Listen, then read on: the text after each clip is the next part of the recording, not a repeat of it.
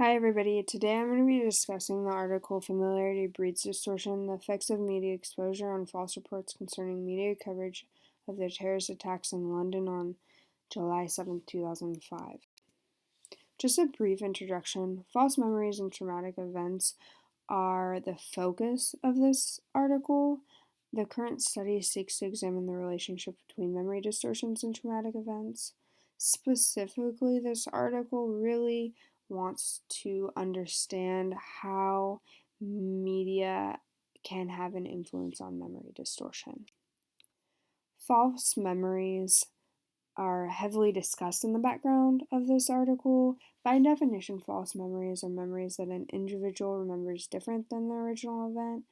They can also be memories that an individual feels they have experienced or that happened when they actually didn't at all. People are generally prone to developing false memories. Certain things can make false memories come about more easily, like individuals when they're given suggestions about an event or are undergoing suggestive interviews. False memories can also be greatly affected by emotion because it can lead to errors in metacognition. So, combining leading missed questions with a large traumatic event can increase errors in metacognition that can lead to the development of false memories.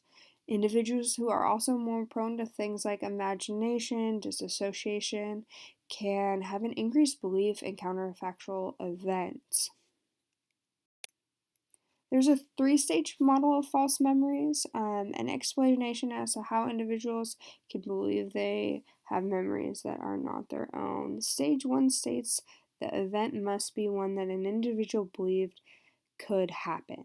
Stage 2 says the person must believe they experienced the event. And stage 3 says the person must misattribute the construction memory to their own. While these terms may be generalized, there is a significant amount of data that individuals have false memories and will incorporate them into their own.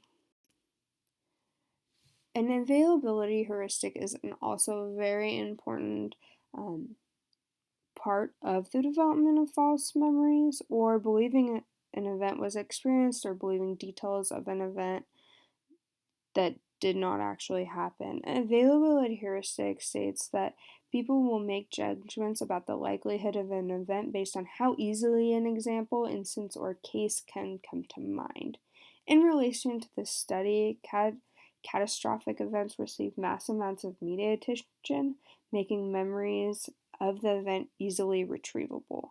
People already have a real memory of the event, so it's really easy to believe an associated fact or statement that isn't necessarily true is true because it's associated with a real memory. The purpose of this study, the general hypothesis states that due to theories related to memory distortion, increased media exposure could lead to memory distortions associated with traumatic events. The specific goals of this study state that people who have experienced more media coverage of the event will have higher rates of false reporting. Differentiating between people remember the false reports or making misattribution with the event. And the third specific goal of this study is that people with personality traits like disassociation will have higher levels of false reporting. Research methods. So this research used a specific target event. So on July 7, 2005, there was a series of terrorist attacks that occurred throughout London beginning at 8:50 a.m. The specific event that was used for this study was the fourth explosion in the series of terrorist attacks, and it occurred at 9:50 a.m. on the number 30 bus in Tavistock Square in London. Media coverage of these events began not long after the first three explosions, so not long after that 8:50 time. of course, this event was heavily covered in UK and also in Sweden. It was the predominant news story for the next 2 days, so for the 7th and 8th of July. Participants for the study were university students. There was 150 students in each group, so 150 students from the UK and 150 students from Sweden. They were recruited from just university events. In the UK, they put up flyers. In Sweden, they went to cafes and libraries and asked students to participate.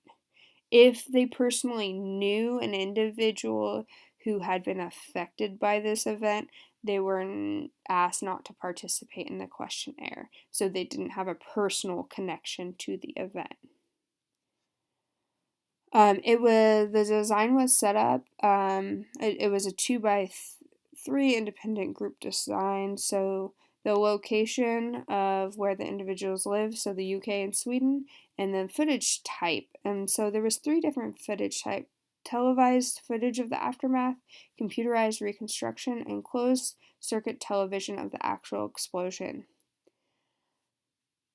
2 of the footage types were never actually distributed, so there was never actually a computerized reconstruction of the explosion for people to watch, and there was never a closed circuit television explosion of the actual. There was never a closed circuit television of the actual explosion itself, just the aftermath. So the procedure was set up. It was a recall questionnaire. There was demographic questions that were just general demographic, like are you male or female? And then there was a residency question asking if you'd lived in the UK or Sweden in the last 6 months. There was memory event questions. So there was only 3 questions: what type of footage you saw. So it was that computerized reconstruction, the television of the aftermath, or the closed circuit television footage of the actual explosion. If participants answered yes to seeing a specific type of footage, then they moved on to the event footage specific questions. These were questions that asked very specific questions of the event. For instance, how certain are you that you have seen the footage? And they rated it from 1, which was very uncertain, to 7, which was very certain. There was also open-ended questions that asked, for example, please describe the sequence of events shown in the footage. They also answered questions about their dissociative experience scale and the creative experience questionnaire to get those personality traits, like if they're dissociative or imagination prone individuals. So the results, universally, they found that 67% of participants reported seeing aftermath footage, 28% reported seeing the non-existent closed circuit TV footage, and 17% reported seeing the non-existent computerized reconstruction. The UK generally had higher levels of respondents, so 40% of individuals reported the non-existent CCTV footage, 28% said they had seen the non-existent computerized reconstruction footage, and then 84%, reported seeing the aftermath footage. Sweden, we have lower rates, so 16 for non-existent CCTV footage, 6% for the non-existent computerized reconstruction, and then 50% for aftermath footage. As you can see, this affects the false memory reporting levels and the false memory rates. So on average, individuals from the UK had higher levels of false memory reporting at 29% compared to the 16% for individuals living in Sweden. Same with false memory. 12% of UK individuals had a rate of false memory compared to 6% of individuals from Sweden. The major finding of this study, false reporting was influenced by geographic location. As I'd mentioned in the previous slide, 40% of the UK participants reported seeing non-existent footage compared to 16% of Swedish participants. Authors of this research suggest that this may be because of the availability heuristic. Individuals living in the UK would have been more prone to having access to information and media coverage on the explosion. There was also higher levels of false reporting with disassociated and fantasy proneness individuals. So people who made a judgment on if the bus was moving. So one of the questions stated that asked if they had seen the bus moving, and it was impossible for individuals to see the bus moving. So individuals who had reported the bus was moving scored higher on the DSC scale. And then the third major finding was out of all false reports, a third are from false memories. Participants that clearly reported witnessing the bus moving, so they had descriptive answers on their questionnaire, on an impossible memory, showed, by doing this, it showed that they had developed a false memory. So the author's conclusion states that it's easy to mislead people to misreport. So finding support previous work that states asking misguiding questions can influence people to report inaccurate details. So by having misguiding questions, it's really easy to make individuals' answers reflect what the researcher wants or what the questioner wants. Media coverage does have an influence. UK participants were more likely to be misled, and this may be to the fact that they were closer to the central events and witnessed more media coverage, so it might be hard to differentiate in their memories as to what they did see and what they didn't see. Disassociation and fantasy proneness, like I previously mentioned, the relation of disassociation and fantasy proneness with higher levels of false reporting.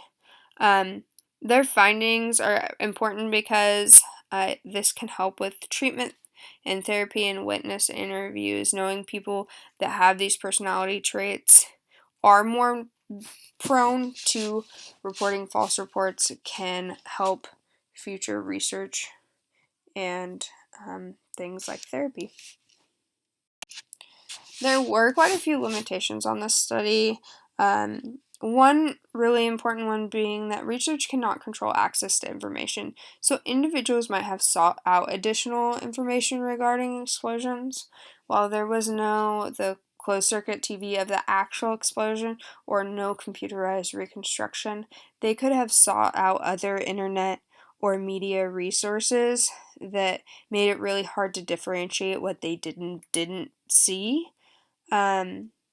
More narrative details are needed in the answers, so to distinguish between participants who are simply complying with questions and those who truly believe they saw the explosion, more narrative questions need asked, and this is so that researchers can really get down to whether individuals are just falsely reporting or if that is a true memory that they believe they have. Participants' beliefs. In the CREATE study, it's unclear to know if participants already believe they saw in true footage or if they were misled by the questions. So it's hard for researchers to really tell if they had been exposed to untrue media footage prior to the study or if the questions misled them. And then here is my reference list.